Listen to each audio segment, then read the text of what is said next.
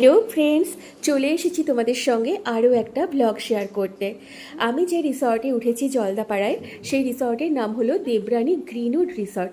তো চলো তোমাদের সঙ্গে একটু শেয়ার করি রিসর্টের ভিতরটা, মানে আমি যে রুমে ছিলাম সেই রুমটা। তো চলো আমার সঙ্গে দেখে নাও তোমরাও। এই দেখো, রুমের ঠিক অপোজিটে এরকম সুইমিং পুল, আর এখানে আমার রুম 212 নম্বর রুম। আর রুমে ঢুকতেই হলো ডান দিকে টয়লেট রয়েছে, আর টয়লেটটা কিন্তু খুব খুব সুন্দর, ভীষণ পরিষ্কার, খুব বড় আর কি।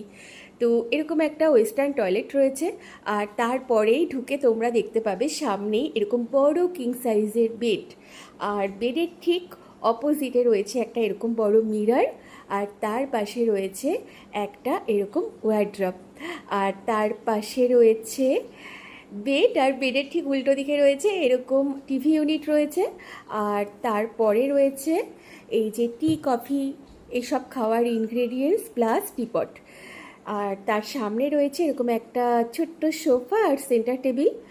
আর যেটা সব থেকে আকর্ষণীয় আমার কাছে, তোমাদের কাছেও নিশ্চয়ই, সেটা হলো এই বেলকনিটা। তো চলো বেলকনিটা খুলে ফেললাম। আর দেখো কি দারুণ, রাতের বেলা হয়তো কিছু বোঝা যাবে না, যাই হোক দুটো চেয়ার টেবিল রয়েছে।